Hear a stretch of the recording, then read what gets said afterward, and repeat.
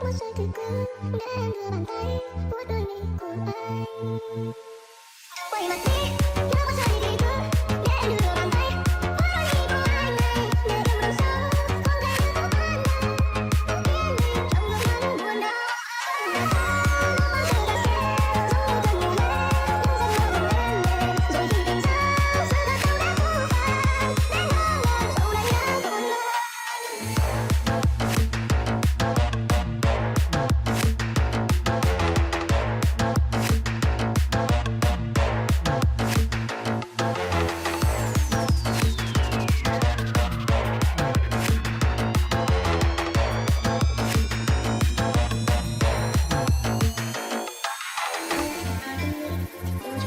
Chỉ cần ta có điều kiện với nhau, chỉ yêu dài lâu. Rồi đến một ngày không năm ngày ta có những lời, dù không có ý nhưng tim đau xa xôi. Càng yêu nhau lâu, người ta càng hiểu đau sâu, càng hiểu sâu, càng dễ em nhau lâu. Nhưng này em vẫn biết yêu nhiều lắm, còn lời anh có sâu sắc nhiều em.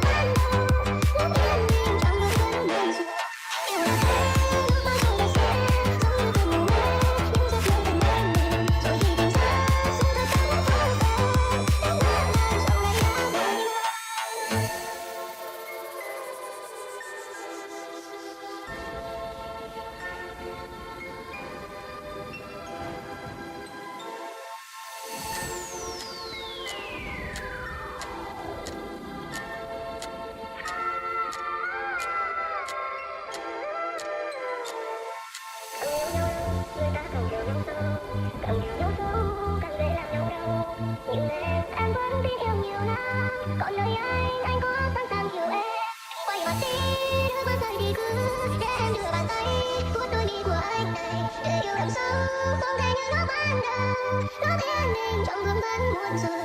Tình yêu là thế, nước mắt rơi ta sẽ giống như cơn mùa hè, những giấc mơ dần êm đềm. Rồi khi tỉnh giấc, sự thật đã phũ phàng, để ngỡ ngàng sau đánh giá buồn đau.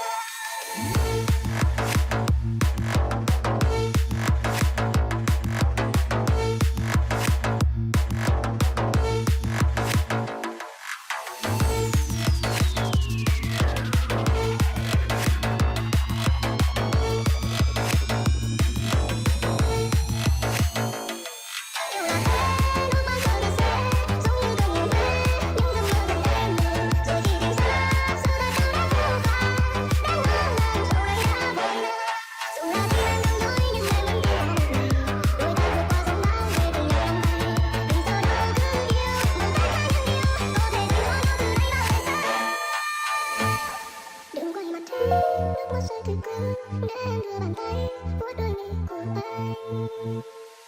Quay mặt đi, nước mắt rơi thì cứ để em đưa bàn tay vuốt đôi mi của anh này, để yêu đằng sau không thể như lúc ban đầu. Khiến mình trong gương mắt buồn đau. Nước mắt rơi ta sẽ giống như cơn mùa hè, những giấc mơ dần êm đềm. Rồi khi tỉnh giấc, sự thật đâu đã phũ phàng, để ngỡ ngàng sau đánh giá buồn đau.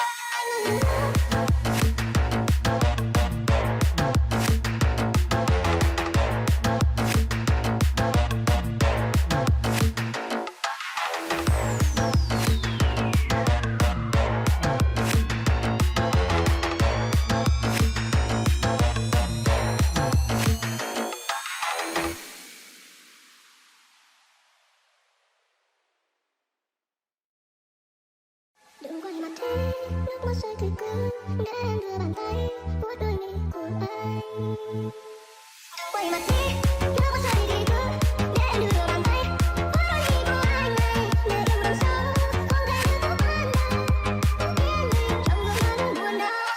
Nước mắt rơi ta sẽ giống như cơn mùa hè, những giấc mơ dần êm đềm. Rồi khi tỉnh giấc, sự thật đâu đã phũ phàng, để ngỡ ngàng sau đánh giá buồn đau.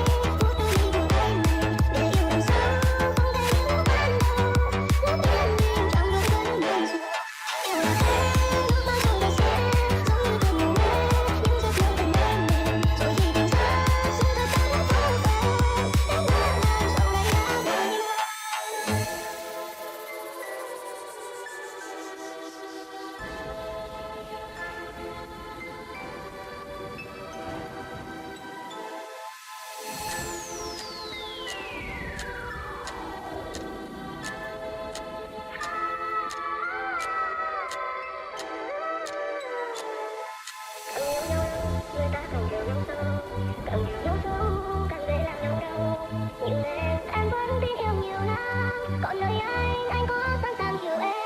Quay mặt đi, nước mắt rơi đi cứ để em đưa bàn tay vuốt đôi mi của anh này. Để yêu đậm sâu, không thể như lúc ban đầu. Nó thiên đình trong gương vẫn muôn giờ. Tình yêu là thế, nước mắt rơi và sẽ giống như cơn ngủ mê, những giấc mơ thật êm đềm. Rồi khi tỉnh giấc, sự thật đã đến vô vàn. Đến ngỡ ngàng, sau đây đã buồn nơi.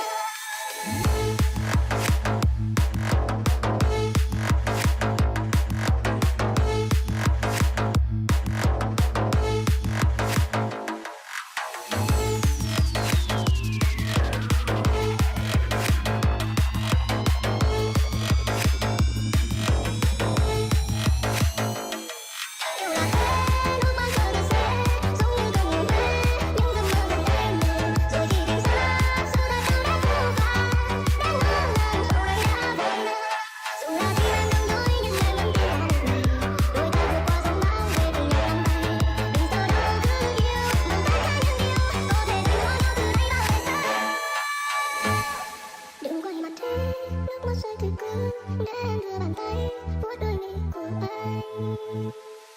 Quay mặt đi.